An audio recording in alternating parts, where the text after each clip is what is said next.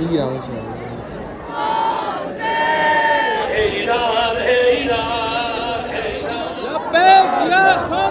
السلام علیکم یا ابا عبداللہ الحسین علیہ السلام.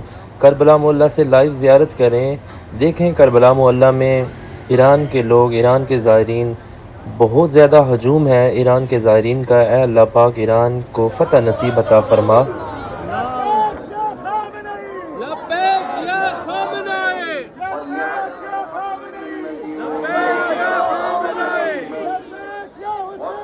لبيك يا حسين لبيك يا أبا الفضل لبيك يا أبا الفضل لبيك يا خامنئي سلامة رب العزيز بلند سلام اللهم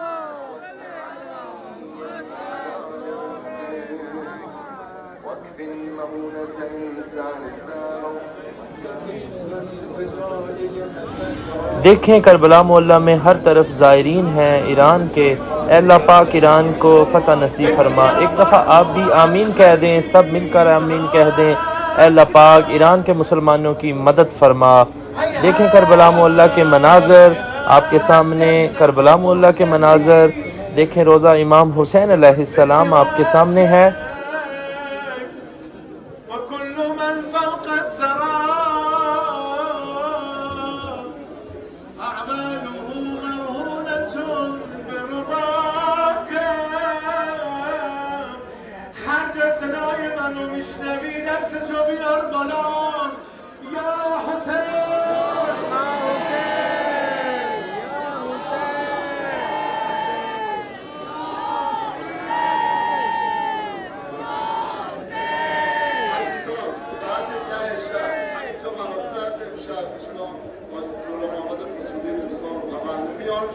هر شب تا 13 فروردین به نیابت شهدامون رهبر عزیزمون ساعت 10 تا 12 همین منبر اصلی، ساعت 1 تا 2:30 خیمه‌گاه. خواهش می‌کنم توجه کنید، بقیه ایرانیان هم خبر کنید چون خیلی از ایرانیان ما زیر قبه هستن. انشالله ساعت 10 تا 12 هر ایرانی دیدید قرارمون تا 13 فروردین. اللهم بحق هذا الدعاء وبحق هذه الأسماء التي لا يعلم تفسيرها ولا تأويلها.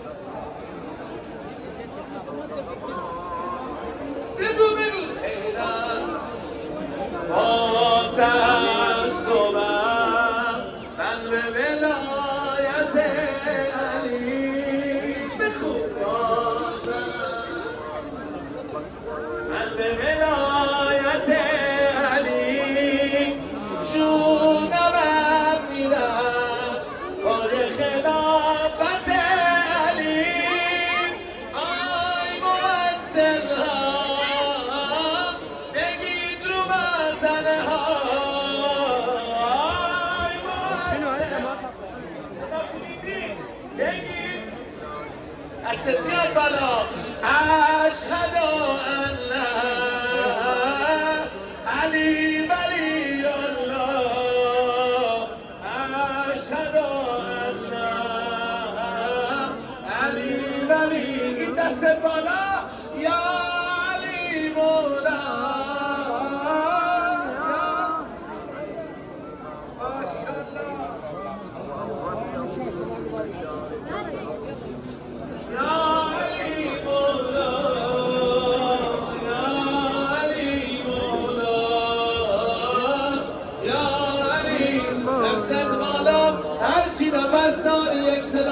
صدات برسه لبیک بگیم یک صدا با هم دست راست بالا دل خبر منیر بنی هاشم شاد بشه.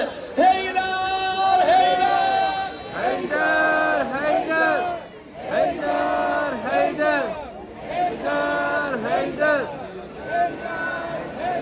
ماشاءاللہ دیکھیں کربلا معلیٰ کی خوبصورت مناظر. آخری رمضان کا روزہ ہے اور یہاں پہ دیکھیں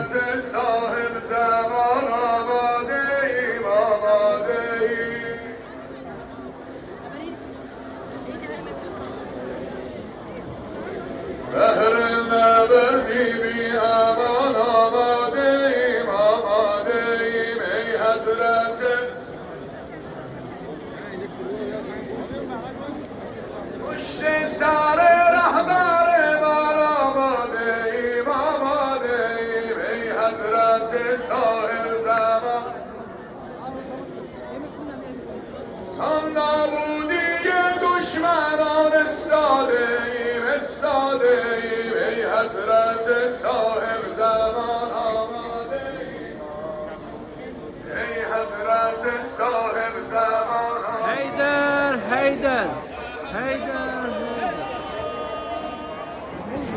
अल्लाह पाक सदका इमाम हुसैन अलैहिस्सलाम का ईरान के मुसलमानों की हिफाजत फरमा, ईरान के मुसलमानों की मदद फरमा।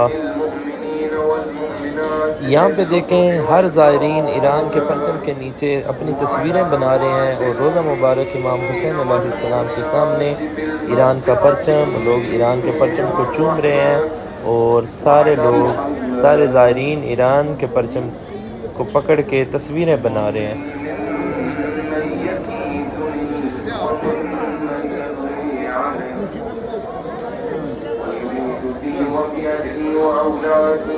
وإخواني وجيراني وقراباتي من المؤمنين وكل شيء عليم آمين رب العالمين। जो भाई ये वीडियो देख रहे हैं, एक दफ़ा सब ईरान के मुसलमानों के लिए दुआ कर दें, अल्लाह पाक ईरान के मुसलमानों की खैर फरमाए।